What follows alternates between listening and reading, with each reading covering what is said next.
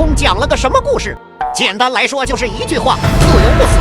以下爆雷要玩不要看。有一天取经成佛的悟空决定离职回到老乡，做回自由的花果山大王。但此举让东边天庭与西边灵山两大神佛集团非常忌惮。天庭神佛不容许体制外存在一个强大的小型工作室。对神佛威权来说，你在体制外而且不听话，那就是妖，所以决定联手铲除花果山。东边的天庭派出了二郎神4大天王10万天兵负责围剿，西边的灵山则是暗中派出了5只已臣服的外包打手，分别是熊熊、雕鼠、黄眉、蜈蚣跟牛牛负责偷袭。二郎神跟悟空看似打得火热，但其实是在演戏，因为悟空发现自己若不摘掉头上金箍，最终还是会受到天庭控制，所以悟空想到了一个天命人计划，方法就是让自己肉身死掉，把自己分成6份，开启轮回，期待未来出现一个新的猴子，收集这6根，再继承自己的回忆与精神。而这对悟空来说也算是一种重生，而且还是没有金箍的自由版本。二郎神暗中帮忙执行这个计划，主要是希望借此证明他跟悟空谁才是选对的路。他将悟空死后的5根交给5个小动物保管，让新猴子天命人有机会沿途搜集5根，而玩家操控的新猴子就开始这样打。第一位遇到了熊熊，他拿着悟空遗物后盖寺庙敛财，本来想复活一位袈裟控和尚朋友，但失败了。第2位遇到了雕鼠，他砍了他师傅的头拿来装悟空遗物，打赢他后演了一段受控的故事。第3位遇到了黄眉，他想学老板弥勒佛开公司，自己搞了一个小西天，但比较像是搞邪教，过程中遇到了可爱大头的2师兄。第4位遇到了蜈蚣，但本片重点是2师兄跟蜘蛛精的恋爱故事，蛮好看的，可以去听音乐。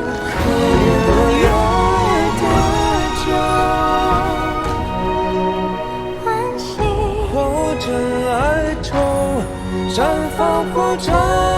不是，永远无分下一世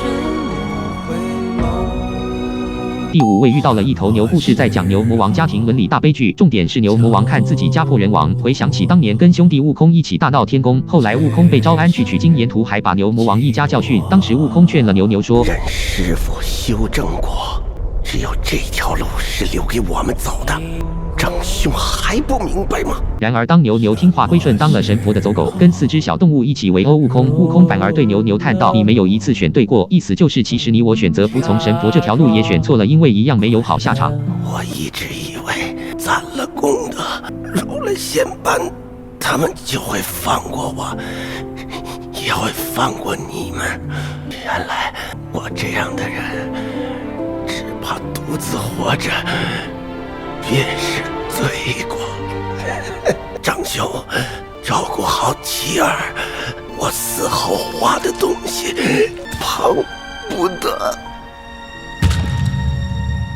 这一段对白是整个黑神话最黑的真相。一开始不服神佛被制服了，后来学乖了，全听神佛的摆布，与体制同流，自以为能保全身家，能换回自由，结果兔死狗烹。无论牛魔还是悟空，只要稍微不听话，只要脱离了神佛的掌控，永远还是会被当成妖怪围剿迫害，永远没有真正的自由。总之，天命人搜集完5根后，回到花果山要复活悟空，才发现其实是自己要继承悟空。这时有2个结局，第一个结局是戴上金箍，再次变成石猴，进入轮回，等待下一个天命人，算是 bad end。第2个结局是二郎神把天命人计划的事情与齐天大圣的回忆都给你之后，天命人选则不带上金箍，继承悟空之名，从此开创自己的未来。结局动画是悟空取经道路的一路回顾，一路造序，从修成正果的斗战胜佛回忆到当年大闹天宫的美猴王。黑神话中的神佛权贵为了延续永生的仙果权位垄断资源，豢养打手，高呼大义，铲除异己，妖怪永远只能顺从当部下，不然只能被扫荡。然而追求自由的精神是不死的，是无法消灭的。当你有反抗强权的勇气，你就是孙悟空。肉身寿命终有尽头，只有意志的传承才是永恒不朽，而这就是黑神话悟空的核心内涵。总之，这部作品在看到牛魔王与真结局的动画时，我最有感触与震撼。震撼在于这部作品充满了反抗的精神与自由的向往，由浅入深，豁然开朗，让我想多做一片快速分享一下。无论大家如何讨论这部作品，至少我觉得它传达的精神挺好的，赞赞。